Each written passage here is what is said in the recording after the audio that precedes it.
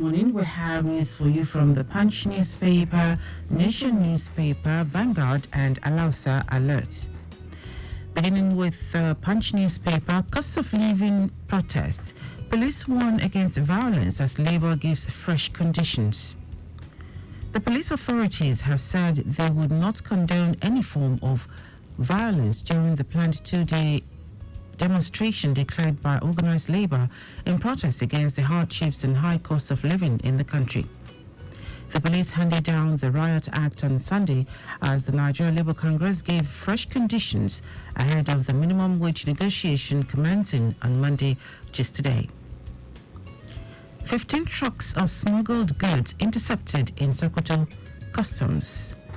The Nigeria Customs Service on Sunday declared that it had intercepted 15 trailers that were fully loaded with food items and were heading out of the country through the Sokoto state border. It said the trailers were stopped and the food items were returned to Nigeria, adding that this was part of measures to stabilize the prices of food items across the country in line with the mandate of the federal government. FG marketers meet today, tanker drivers insist on strike. The federal government has ordered all marketers to negotiate with the Nigerian Association of Road Transport Owners to avert the planned suspension of operations by NATO with respect to the lifting of petroleum products nationwide beginning today, Monday. It was gathered on Sunday that oil marketers and the executives of NATO met about 6 times in the last 2 days following the declaration of the petroleum products transporters to halt operations. 3 jailed 5 years for trafficking 38.50 kilograms tramadol.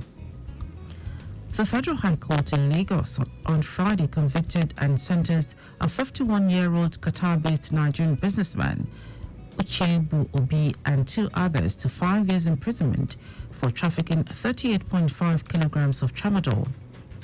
The other 2 convicts sentenced alongside Obi are Usman Inda, 48, and Sani Salisu, 48 also. The convicts were arraigned on 2 counts bordering on conspiracy and drug trafficking preferred against them by the National Drug Law Enforcement Agency. Moving on to the Nation newspaper, 10 die from Lassa fever in Ebonyi.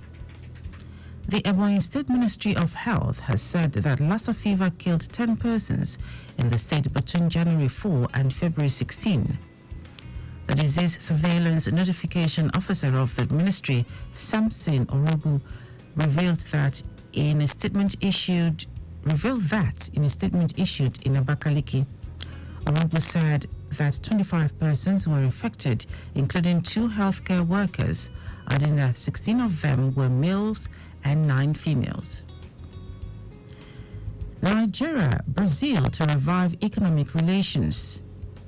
Nigeria and Brazil, the largest economies in Africa and South America, have agreed to deepen their economic relationship.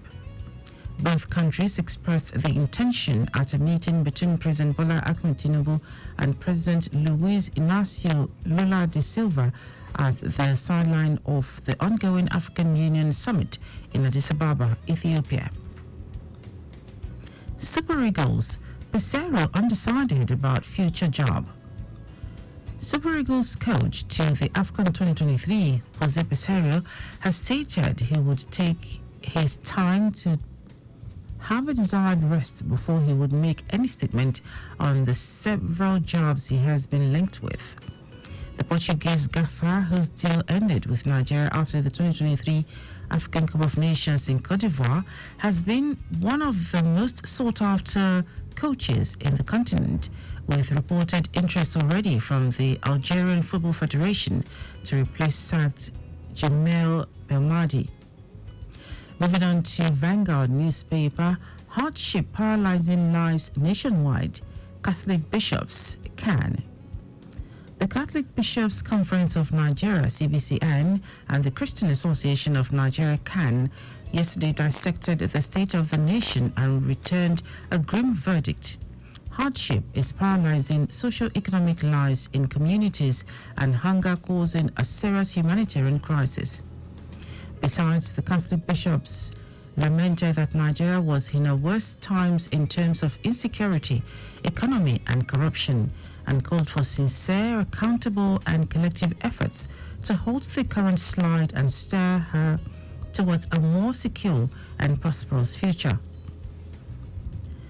Power grid drops to 3,530 megawatts as rationing persists nationwide.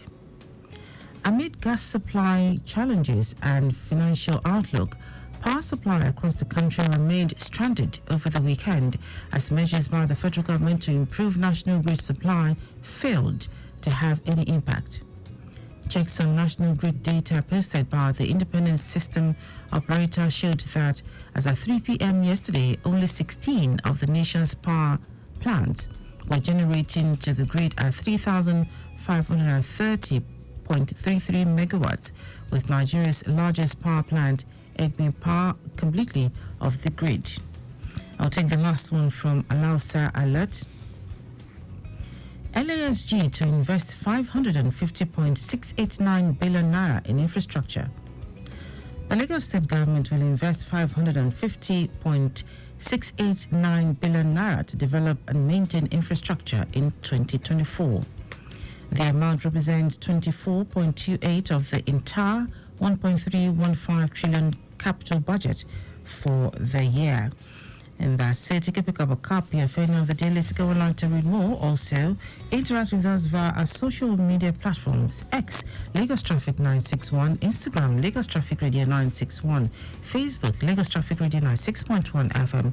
You can also subscribe to our YouTube channel, Traffic Radio 961, and follow me across social media at Dele Agadumo.